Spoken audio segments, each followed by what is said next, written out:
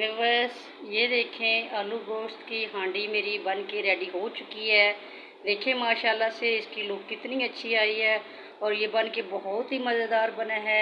आप भी इसी तरीके से बनाएं। उम्मीद है मेरी रेसिपी आपको पसंद आएगी। मेरे चैनल को लाइक करना, शेयर करना, कमेंट करना, सब्सक्राइब करना, बेल आइकन को दबाना मत भूलिएगा। ये आपकी तरफ से प्यार है। उम्मीद है ये प्यार आप बरकरार रखेंगे।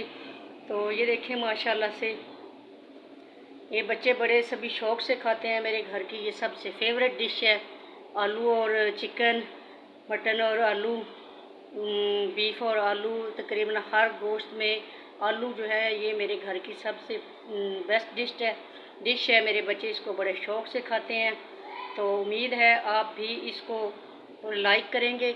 और जैसे कि मैंने ये रेसिपी आपको बताई है, बनाने का तरीका जैसे कि बताया है, तो आप भी मेरे तरीके पे बनाएं।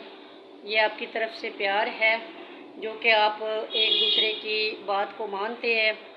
तो ये आपकी तरफ से प्यार है, मोहब्बत का इजहार है आपकी तरफ से। उम्मीद है कि मेरे इस वीडियो को आप पसंद करेंगे और मुझे कमेंट करके ज़रूर बताइएगा ये रेसिपी आपको कैसी लगी है। आलू चिकन की रेसिपी आपको कैसी लगी है, कमेंट करके ज़रूर बताना। और मैंने आपको दोबारा से इसकी रेसिपी दे रही हूँ। सबसे पहले मैंने चिकन जो है उसको धोया है।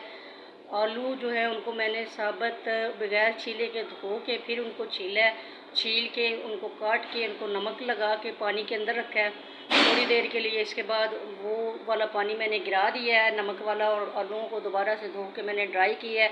इस तरह करने से आलूओं का कलर चेंज नहीं होता। वैसे अगर आलू ऐसे ही हम छील के रख दें तो आलू काले पड़ जाते हैं, लेकिन ऐसे करने से आलू काले नहीं होते और उनका कलर बहुत अच्छा रहता है। इसके बाद जी मैंने गरम घी में, बहुत ज़्यादा गरम घी में मैंने प्याज डाले हैं और साथ ही मैंने 2 मिनट के बाद जो है चिकन डाल दिया। आज मैंने चिकन फ्राई नहीं किया था, टाइम बहुत कम था, वरना मैं चिकन को पहले से फ्राई करके तो पकाती हूँ। लेकिन आज मैंने प्याज़ों के साथ चिकन को भी अच्छी तरह से फ्राई किया है, रोस्ट किया है। उसके बाद मैंने उसमें अदरक लहसुन का पेस्ट और टमाटर डाल दिए हैं। इसके बाद जितने भी मसाले हांडी में जाते हैं, लाल मिर्च, नमक, खुश्क धनिया पाउडर, हल्दी पाउडर, गरम मसाला, तो ये साथ मैंने एक साथ डाल के इनको भूना है। और 3 या 4 चम्मच मैंने इसके अंदर दही भी डाला है। तो ऐसे इनको अच्छे तरीके से भून के मैंने 2 या 3 चमचे, जो चमचे खाना बनाने के लिए होते हैं, हांडी पकाने के लिए होते हैं, वो वाले चमचे मैंने इसके अंदर पानी के डाले हैं, क्योंकि मैंने इसके अंदर ग्रेवी वाला शोरबा रखना है, लंबा शोरबा नहीं रखना। तो अब ये पक के रेडी हो गया, आपके सामने है ये डिश मेरी।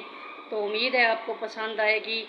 तो मेरी रेसिपी आपको पसंद आए, मुझे लाइक करना, शेयर करना, कमेंट करना, सब्सक्राइब करना, बेल आइकन को दबाना मत भूलिएगा।